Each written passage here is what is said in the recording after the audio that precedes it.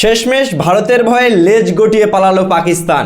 বন্ধুরা, ভারতের কাছে 15ই ফেব্রুয়ারিতে গোহারা হারবে বলে আগে ভাগেই লেজ গটিয়ে পালালো পাকিস্তান।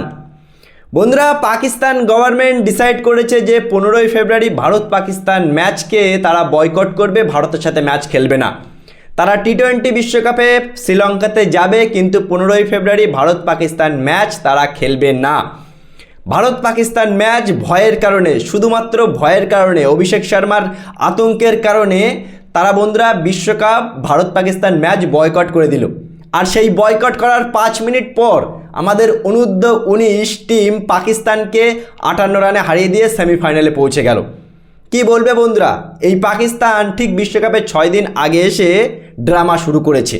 আর এই ড্রামাটা এর আগের থেকে তারা করছিল। কি ড্রামা? যে তারা বলেছিল যে বাংলাদেশকে বাদ দিলে আমরা টি-20 বিশ্বকাপ খেলবো না। কিন্তু সেই পাকিস্তান টি-20 বিশ্বকাপ খেলতে যাচ্ছে, কিন্তু ভারত পাকিস্তান ম্যাচ খেলবে না। কেন খেলবে না? তার কারণ ভারতের কাছে তারা হারবে, তারা নিশ্চিত। তারা জানে যে ভাই ভারতের অভিষেক, ঈশান কিষান, সূর্যকুমার যাদবরা যা খেলছে, আমরা তো ভাই পারবো না। আগে ভাগেই লেজ গটিয়ে পালায়। বন্ধুরা, ভারতের আতঙ্কে লেজ গটিয়ে পালালো পাকিস্তান দল।